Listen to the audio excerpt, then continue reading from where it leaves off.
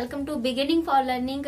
आज हम करने वाले हैं 6 चैप्टर हिस्ट्री का। हम जैसे कि आपको पता है एनसीईआरटी की हम सारे जो 6 क्लास की हिस्ट्री के चैप्टर्स हैं वो डिस्कस कर रहे हैं। तो आज हम करने वाले हैं 6 चैप्टर। तो 6 चैप्टर में देखो क्या बताया गया है। इसमें बताया गया है कि पहले जो हमारा एंशियंट टाइम था, प्राचीन समय था, उस समय शासकों को कैसे चुना जाता था। ठीक है, शासकों का चुनाव, इस बारे में आज हम बात करने वाले हैं। ठीक है, तो देखो आजकल की हम बात करें तो हम कैसे मत के द्वारा जो है वो चुनाव करते हैं ना, वोट डालते हैं, वोट के द्वारा जो है अपने शासक का जो है वो चुनाव करते हैं। उसके बाद और समय से पीछे की हम बात करें तब ऐसे भी होता था कि जैसे जो जन नहीं बने थे जन यानी जन मतलब लोगों के समूह होते थे, वहां पर जन में क्या करते थे, ऐसे अपना एक सरदार चुन लिया करते थे। वो लोग, उनको जो लगता था कि जैसे जो लोग उनको लगता था कि कोई है जो बहुत योग्य है ना, जो शक्तिशाली है, ज्यादा गुणी है, बुद्धिमान है, तो उसको सरदार चुन लिया करते थे सारे लोग जो है वो मिलकर। उसके बाद अगर मैं बात करूं 3000 साल पहले की, 3000 साल पहले शासकों को कैसे चुना जाता था, तब यहाँ पर जो है शासकों को चुनने की जो प्रक्रिया थी उसमें और परिवर्तन आया। यहाँ पर जो है लोग यज्ञ करके भी राजा बन जाते थे। ठीक है, यज्ञ के द्वारा राजा बन जाते थे लोग।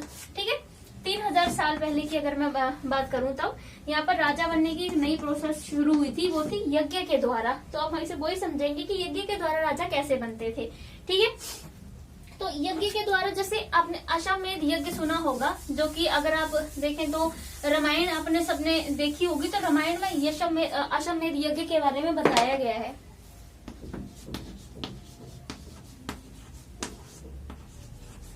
अश्वमेध यज्ञ, अश्वमेध यज्ञ जो कि रामायण में भी बताया गया। इसमें क्या होता है कि कोई सरदार, ठीक है, या फिर कोई राजा क्या करता है, वो एक घोड़ा, ठीक है, घोड़े का क्या करते हैं, वो इसे खुला छोड़ देते हैं विचरण के लिए।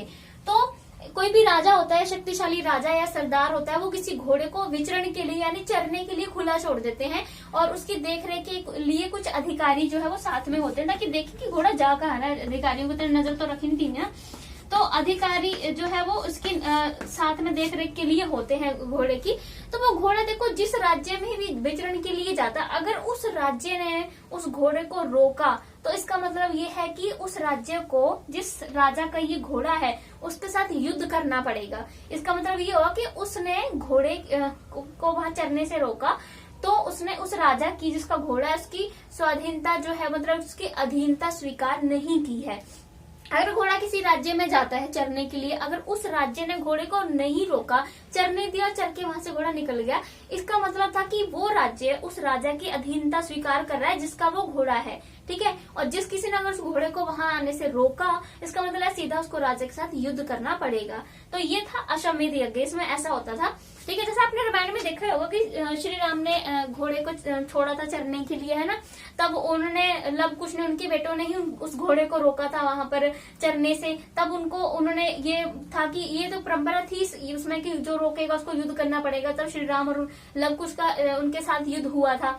तो वैसे ही होता है कि अगर किसी ने घोड़े को अपने राज्य में आने से रोका, चरने से रोका वहां पर, तो उसको युद्ध जो है वो करना पड़ेगा।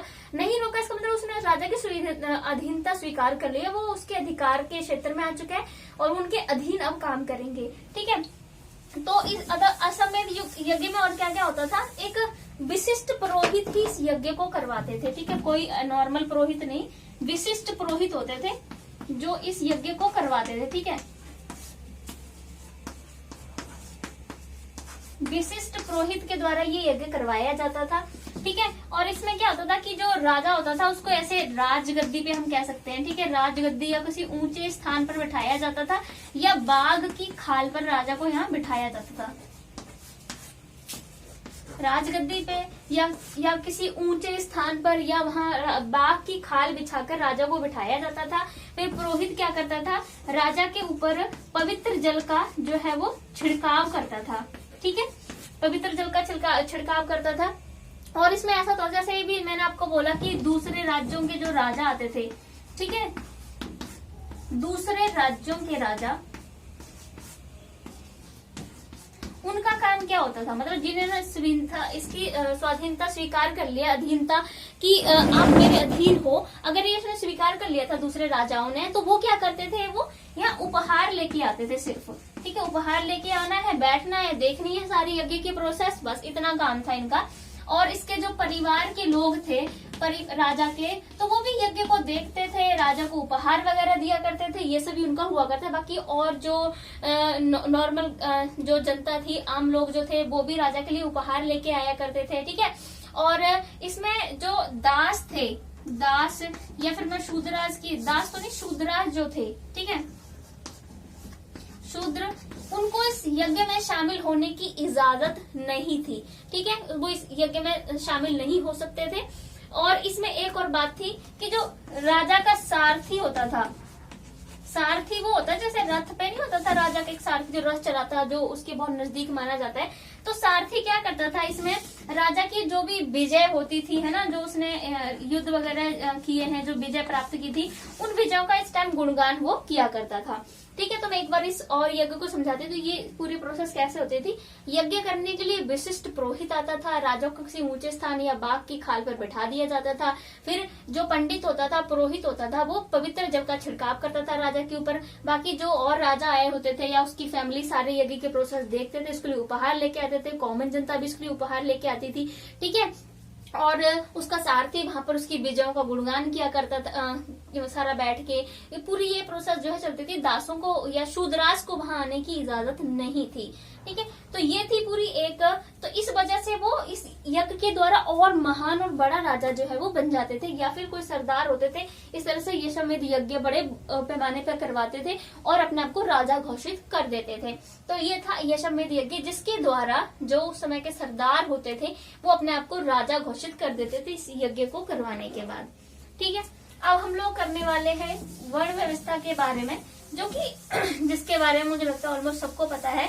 तो मैं इसका ओवरऑल ही बताने वाली हूँ वर्ण व्यवस्था के बारे में, क्योंकि वर्ण व्यवस्था जो थी वो उत्तर वैदिक काल में शुरू हुई थी। इससे पहले वाले वीडियो हमने वैदिक काल के बारे में ही पढ़ा था, अब हम उत्तर वैदिक काल के बारे में बात कर रहे हैं। उत्तर वैदिक काल में जो विशेष बातें हुई थी, वो यहाँ पर 3 वेद लिखे गए थे इस वाले टाइम में। शाम वेद, जो कि मैं पिछले वीडियो में बता चुकी हूँ वैसे, शाम वेद, यजुर्वेद, अथर्ववेद, ठीक है। ये 3 वेद जो थे वो उत्तर वैदिक काल में लिखे गए थे। और जो कि सबसे पुराना हमारा वेद है ऋग्वेद, ऋग्वेद जो था वो अकेला ऐसा ग्रंथ था जो वैदिक काल में लिखा गया था। और बाकी ये जो हमारे 3 वेद हैं वो उत्तर वैदिक काल में लिखे गए थे। वैदिक काल में देखो लोगों को बांटा गया था, लेकिन उनको इस तरह से वर्ण व्यवस्था में नहीं बांटा गया था। लोगों को, मैंने आपको पिछली वीडियो में करवाया है, उनको भाषा, समुदाय, रहने के स्थान, ठीक है, समुदाय जहां पर वो रहते थे, स्थान, इन सब के आधार पर जो है, काम के आधार पर भी इवन उनको बांटा गया था। वैदिक काल में इन आधार पर लोगों को बांटा गया था, काम के आधार पर, भाषा के आधार पर, समुदाय के आधार पर, स्थान के आधार पर वैदिक काल में। लेकिन उत्तर वैदिक काल में जो है वो पंडितों ने, जो पुरोहित थे, उन्होंने वर्ण व्यवस्था की शुरुआत की, ठीक है। और जो ये जो 3 वेद इस काल में लिखे गए थे, इन तीनों वेदास में क्या क्या मिलता है, इनमें सामाजिक नियम लिखे गए हैं, कि जो कि वर्ण व्यवस्था के सारे नियम थे वो उनमें लिखे गए हैं। सामाजिक नियम के समाज में एक व्यक्ति को अपना जीवन इन नियमों के अनुसार ही बिताना पड़ेगा, ठीक है। और इसमें सामाजिक नियम के साथ में जो यज्ञ करने के नियम होते थे कि यज्ञ कैसे किया जाएगा, क्या उसकी पूरी प्रोसेस हो जाएगी, वो सारी भी इन 3 वेदास में जो है वो लिखी गई है। और यहाँ पर हुई थी उत्तर वैदिक काल में, मेन बात ये है कि यहाँ 3 वेदास लिखे गए थे और यहाँ पर वर्ण व्यवस्था की शुरुआत की गई थी। इस उत्तर वैदिक काल में ये 2 बहुत महत्वपूर्ण काम हुए थे। वर्ण व्यवस्था के बारे में अभी बता देती हूँ। वैसे तो मुझे लगता है वर्ण व्यवस्था के बारे में सबको पता ही होगा ऑलमोस्ट, जो कि हिंदू समाज में तो बहुत ज्यादा ही उस टाइम फेमस हुई थी। आज उस वर्ण व्यवस्था को खत्म करने के लिए ही कितने सारे जो हमारे संविधान में संशोधन करने पड़े हैं, कितने कानून बनाने पड़े, क्योंकि वो वर्ण व्यवस्था जो है वो न्याय संगत नहीं थी, ठीक है। तो वर्ण व्यवस्था जो थी वो उस समय के जो पुरोहित थे, पंडित थे, उन लोगों ने इसको शुरू किया था, ठीक है। वर्ण व्यवस्था में लोगों को, पूरे समाज को बांटा गया था। ठीक है, समाज का बंटवारा इसमें जो है वो किया गया था पंडितों के द्वारा। ठीक है, और किस बेस पर किया गया था? यहाँ पर काम के बेस पर, काम के आधार पर जो है वो बंटवारा किया गया था। बाद में जाति जुति के आधार पर कर दिया जो है। बाद में समाज में कितने ही आगे विभाजन हुए कि तुम हिंदू हो, ये धर्म के आधार पे हुए, जाति के आधार पे हुए, पता नहीं किस किस बेस पे बाद में विभाजन हुए। लेकिन यहाँ पर समाज का जो बांटा गया था समाज को, वो बांटा गया था काम के आधार पर। ठीक है, तब इन्होंने बताया था कि पवित्रता और काम के आधार पर बांटा गया था। तो इसमें काम के अकॉर्डिंग इन्होंने बांटा था। जैसे उन्होंने बताया कि सबसे ऊपर जो है वो पुरोहित आते हैं। पुरोहित या फिर जो पंडित होते हैं वो सबसे ऊपर होते हैं। ठीक है, उसके बाद जो है वो क्षेत्रीय आते हैं। ठीक है, और उसके बाद तीसरे नंबर पे इन्होंने जो बांटा था वो उन्होंने वैश्य को रखा हुआ था, जो वैश्य थे। और चौथे नंबर पर उन्होंने शूद्रास को रखा था। ठीक है,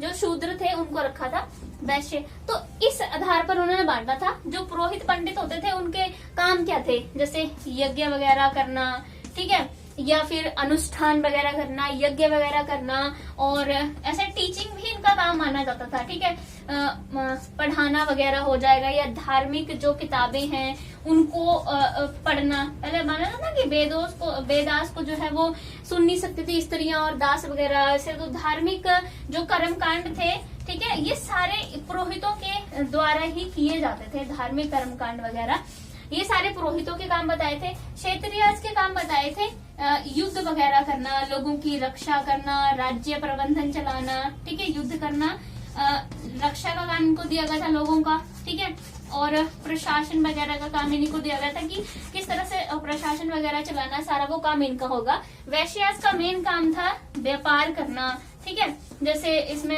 व्यापारी में आते थे जो व्यापार वगैरह करते थे, कृषक, पशुपालक, ये सब इसमें आते थे क्योंकि व्यापार से संबंधित था उनका काम। शूद्रास जो थे, शूद्रास को क्या बोला था कि ऊपर जो 3 दिए गए हैं, विभाजन जो किया गया, पुरोहित, क्षत्रिय, वैश्य, शूद्रास का काम है सेवा करना।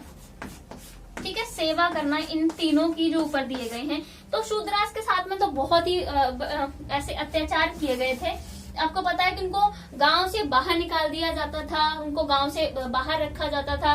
और जैसे जो मरे हुए जो ऐसे जो पशु वगैरह होते थे उनको उठाने का काम इनको दिया जाता था, नालियां साफ करने का काम इनको दिया जाता था। ठीक है, और गंदे बर्तन वगैरह, कपड़े सब फेंक दिए जाते थे, वो इनको दिए जाते थे। और गांव में अगर ये गुजरते भी थे तो थालियां बजा के, ताकि लोगों को पता चले कि ये लोग गुजर रहे हैं, ताकि इनकी जो छाया है वो दूसरे लोगों पे ना पड़ जाए। वो अपने आप को अशुद्ध मानते थे, फिर कि हम अशुद्ध हो जाएंगे इनकी छाया हमारे पर पड़ेगी। तो शूद्रास के साथ में तो बहुत ही भेदभाव किया गया था इस वर्ण व्यवस्था में। तो ये थी वर्ण व्यवस्था। ठीक है, अब हम लोग बात करेंगे जनपद की। इस चैप्टर में देखो वर्ण व्यवस्था के बारे में बहुत डिटेल में नहीं दिया गया है। अगर आपको किसी को लगता है कि वर्ण व्यवस्था के बारे में डिटेल में आपको जानकारी प्राप्त करनी है तो फिर मैं किसी और वीडियो में करवा दूंगी। पर इस वर्ण व्यवस्था के बारे में ऑलमोस्ट मतलब सबको पता ही होगा, बहुत आसान सा टॉपिक है ये। और ये जो समाज में घटित ऐसी घटनाएं थी तो इसके बारे में तो हमने अभी तक पिछली सारी क्लासेस में पढ़ाई था, स्कूल में काफी डिटेल में जो है वो पढ़ाया ही गया था। अब हम लोग बात करेंगे जनपद की। जनपद, पहले तो जनपद का अर्थ समझेंगे हम।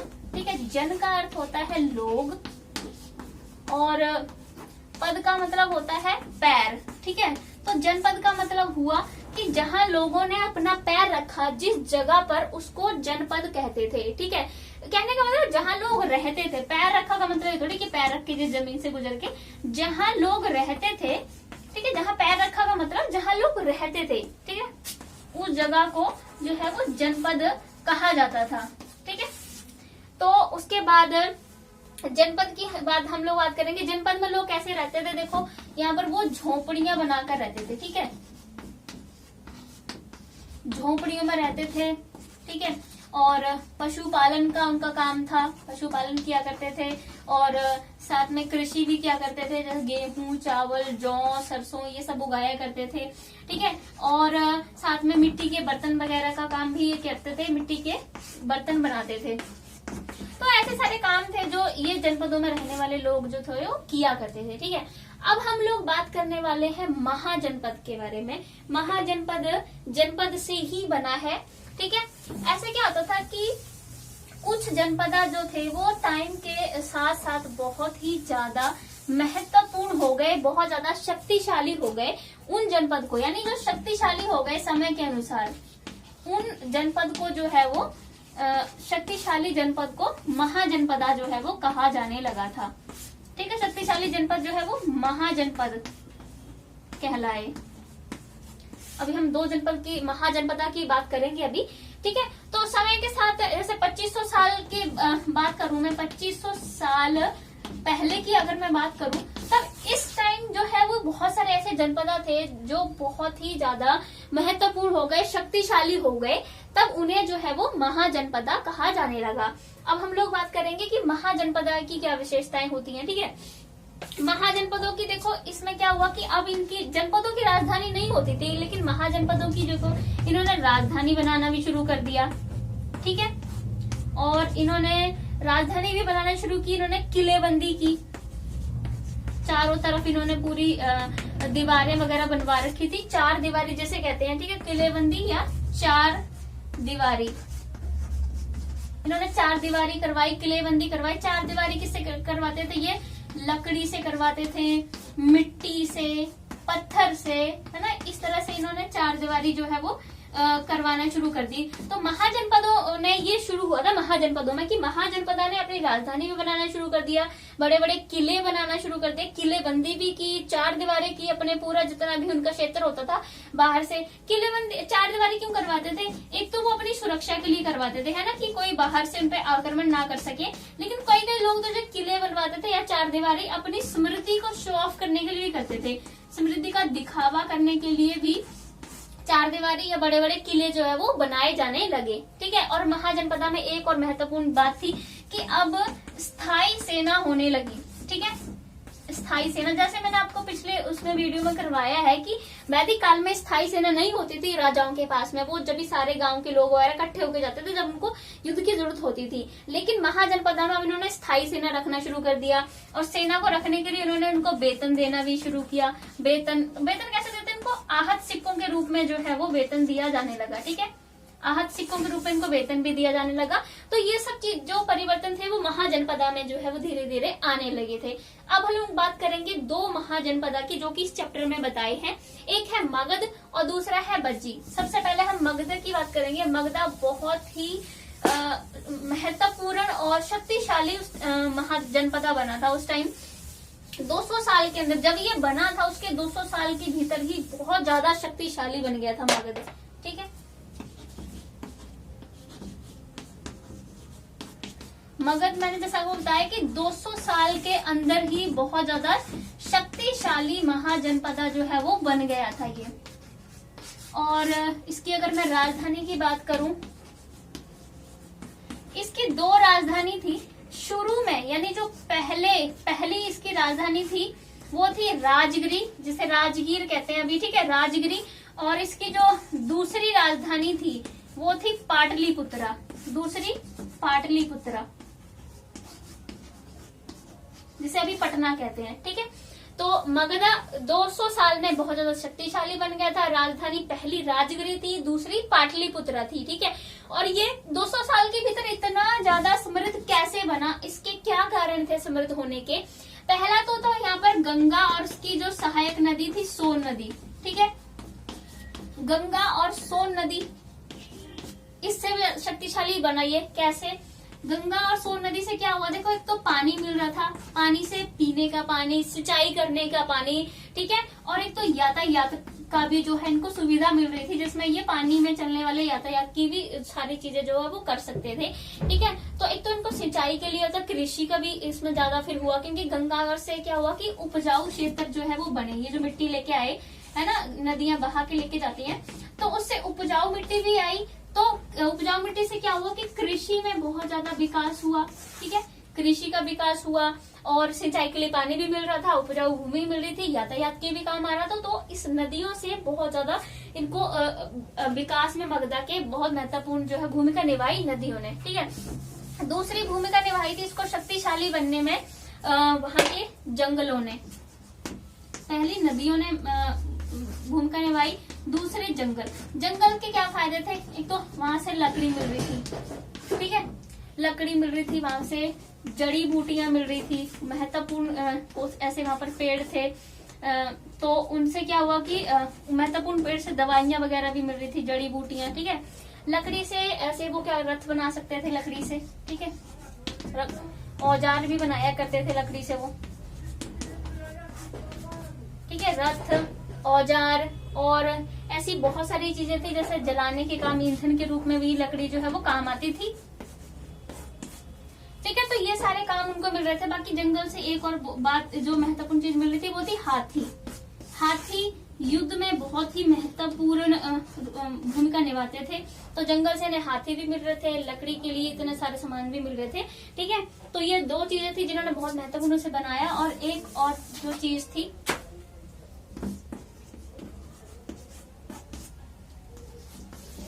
लौह अयस्क।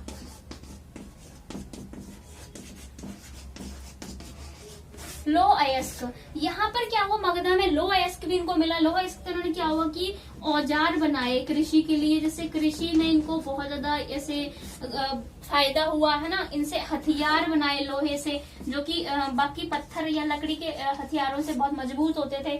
तो लौह अयस्क से भी इनको बहुत ज्यादा फायदा हुआ। बाकी ये सब चीजें थी जिसकी वजह से मगधा बहुत ज्यादा शक्तिशाली बना, ठीक है। अब हम लोग बात करेंगे यहाँ मगधा में, जैसे मैंने आपको बताया कि लौह अयस्क से एक और चीज थी कि कृषि में उन्होंने परिवर्तन किया कि पहले क्या होता था, लकड़ी के फाल होते थे। फाल जानते हैं क्या होते हैं? फाल होते हैं जैसे एक हल होता है ना, तो इससे हल होएगा तो उसके नीचे ऐसे बड़ी बड़ी वो बनी होती है, इससे जमीन में जोता जाता है ना। एक हल को चलाएंगे तो नीचे होगा, तो जमीन खोदने के लिए ये जो फाल होते थे लकड़ी के होते थे पहले, ठीक है। लेकिन अब लकड़ी की जगह लौह अयस्क मिलने से क्या हुआ कि लोहे के फाल बनाए जाने लगे, ठीक है। लोहे के फाल से क्या हुआ, लकड़ी के फाल जमीन में उतने गहरे नहीं धंसते, जिससे जमीन अच्छी से जमीन की खुदाई नहीं होती थी और उर्वरक जमीन के ऊपर नहीं आते थे, है ना। बट अभी क्या हुआ कि लोहे के फाल से ज्यादा वो अंदर जा सकते थे, डीप में जाते, और उससे अच्छे से जमीन की खुदाई होती थी। लोहे के फाल बहुत ज्यादा महत्वपूर्ण हुए उनके लिए लोहा आने से, ठीक है। और अगर मगधा के मैं बात करूं महत्वपूर्ण राजा कौन कौन से हुए थे मगधा के महत्वपूर्ण, तो अगर राजाओं की बात करूं तो अजातशत्रु यहाँ के महत्वपूर्ण राजा थे। बिंबिसार, ठीक है, बिंबिसार और महापद्मानंद।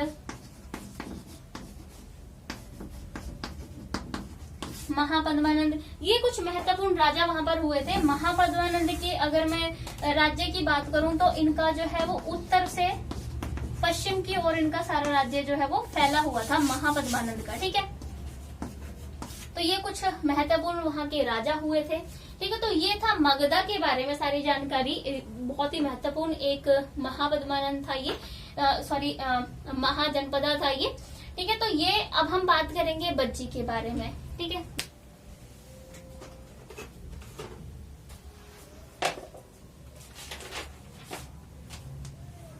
तो अब हम लोग बात करते हैं बज्जी की, ठीक है। बज्जी की राजधानी क्या थी? राजधानी थी इसकी वैशाली, ठीक है। और यहाँ की जो शासन व्यवस्था थी उसे क्या कहा जाता था?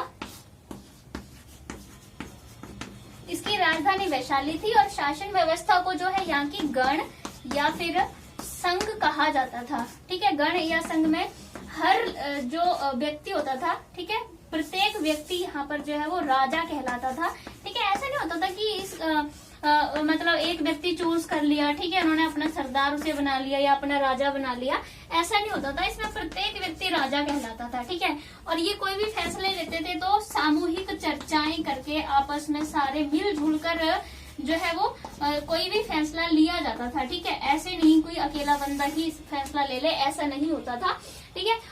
और इससे संबंधित थे महात्मा बुद्धा और महावीर जैन, ये दोनों गण या संघ से ही संबंधित थे, ठीक है। तो ये है बज्जी के बारे में। बज्जी के बारे में बहुत ज्यादा डिटेल में नहीं दिया गया है, पर इसमें ये जरूर था कि ये जो शासन व्यवस्था थी यहाँ की, इसको गण संघ कहते थे, और ये महावीर जैन और ये से संबंधित थे। और गुप्त शासक जो थे, गुप्त शासकों ने क्या किया, इन पर नियंत्रण कर लिया था। ठीक है, गुप्त शासकों ने मतलब उनको हरा दिया था, जो भी हम कह सकते हैं।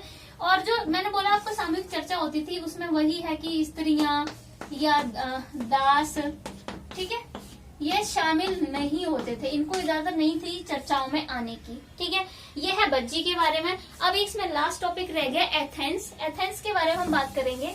एथेंस एक ऐसी जगह थी जहां पर सबसे पहले प्रजातंत्र या गणतंत्र की स्थापना जो है वो हुई थी 2500 साल पहले।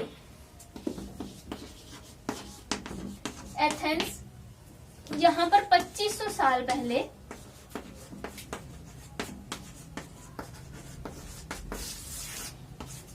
एथेंस में 2500 साल पहले गणतंत्र या प्रजातंत्र की स्थापना हुई थी और ये चली थी 200 साल तक। ठीक है, ये गणतंत्र या प्रजातंत्र यहाँ एथेंस में शुरू हुआ था, वो 200 साल तक चला था। और इसमें ये थी कि 30 वर्ष से ऊपर के जो भी मतलब कि पुरुष होते थे उनको नागरिकता प्राप्त थी। 30 साल से ऊपर के पुरुषों को नागरिकता प्राप्त थी इसमें। ठीक है, और वही बात है कि इनको पुरुषों को तो प्राप्त थी नागरिकता, लेकिन वही अगर मैं बात करूं स्त्रियों की बात करूं मैं ना, स्त्रियां, दास और विदेशी, इन तीनों को इसमें नागरिकता प्राप्त नहीं थी। स्त्रियां, दास, विदेशी, इनको नागरिकता प्राप्त नहीं थी। और जो 30 वर्ष से ऊपर के पुरुष थे उनको नागरिकता इसमें प्राप्त थी। और ये गणतंत्र प्रजातंत्र जो यहाँ शुरू हुई थी शासन व्यवस्था, वो 200 साल तक चली थी। ठीक है, तो ये हो गया हमारे एथेंस के बारे में, इतनी इंफॉर्मेशन दी है वहां पर।